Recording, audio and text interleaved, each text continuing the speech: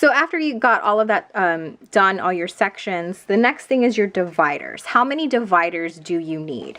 So for example, I have 1, 2, 3, 4, 5, 6 dividers. You could use more or less depending on what you're using your planner for. And that's why you did the brainstorming earlier. For example, if you're going to use it for work and you need these 4 sections, you know you're going to need 4 dividers. And some planners do come with dividers. I have a Filofax. It did come with dividers for me. But if it didn't, if you got it used or you got a different brand besides Filofax, very easy to make dividers. Usually they come in, you can just take one of the dividers that it comes with it, or you could measure. So you can measure, or you could look up the measurements online. You know that if you have a planner around this size with the 6 holes, the 6 rings just like this, you know you have a personal size planner. You know that the little bit bigger one is an A5 size planner. So you can look it up online, the measurements.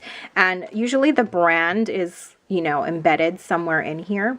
So it'll say like Franklin Covey or Kiki K or whatever it may be. And then you can look up the brand online and see what size inserts you need. So you can just take a ruler and you can measure whatever inserts or dividers that came in here, or if it didn't, you can kind of measure your planner to see how big you would like your inserts and your dividers. This one is a personal size, so I know this is 3 3/4 by about 6 3/4. And that's how big you would cut down your cardstock, and then just leave a little tab there. Another way is to just take out one of your dividers or your inserts and just trace it. So I'm just going to put it up to this piece of cardstock here.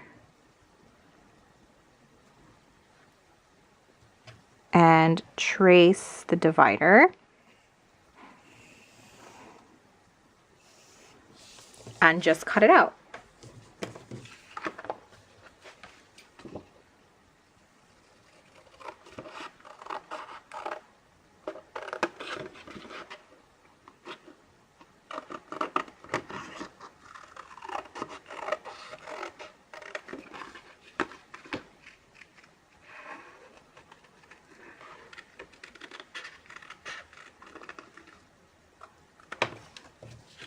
And you have the beginnings of a divider. Now they do make these hole punchers for these sizes, and you can see that it fits perfectly. But if you don't have one of these, and you probably don't if you're just starting out, you can either take your divider and just kind of make a pencil mark on each one of the holes like that, or you could take your planner and just make a little tick mark where the rings are, just like that. And then take a regular hole punch that you could get at the office supply store that you probably already have in your desk at work or at school. And you can just take a hole punch. I actually don't have a regular hole punch. I have my Crocodile here that has a hole puncher. But you get the idea. Any type of hole punch will work, and you just kind of hole punch your little pencil marks out, and then you'll have yourself a divider. You could also laminate this before you punch the holes, and it works perfectly fine.